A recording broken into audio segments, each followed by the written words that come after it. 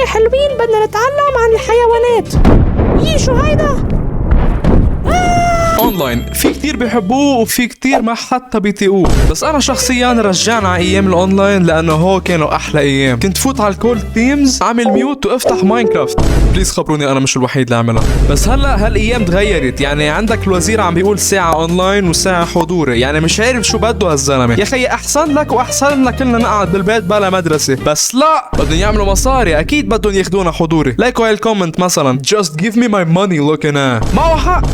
لا وشو بيقولوا لك؟ العلم نور. اي نور يا خيي؟ الشيء الوحيد منور هو نور الازيف اللي نازل صوبي انا وبالصف. طب ما شو بدك اياني اعمل؟ قاعدين بالصف زهقانين، بتكون فاتح التيمز قاعد بثياب النوم وقاعد بتحتك دافي. خبرنا مين رجلة الدرس ساعتها. عن جد بس اسمع انه حدا بيحب المدرسه بعتبره روبو. مين بيحب المدرسه يا مخلوق؟ عم تمزحوا معي انتوا اكيد. تتذكروا الاوديو اللي كان يعمل صوت لاج؟ ايه هيدا الكل استعمله، ما خليتوا لنا شيء يا زلمه. بس انا اتمنى ذكي طلعت لكم بشيء جديد. ثاني مره انتوا باونلاين كلاس وزهقتوا اعملوا صوت وخليكم عم تعملوا سبام على الميوت والان ميوت.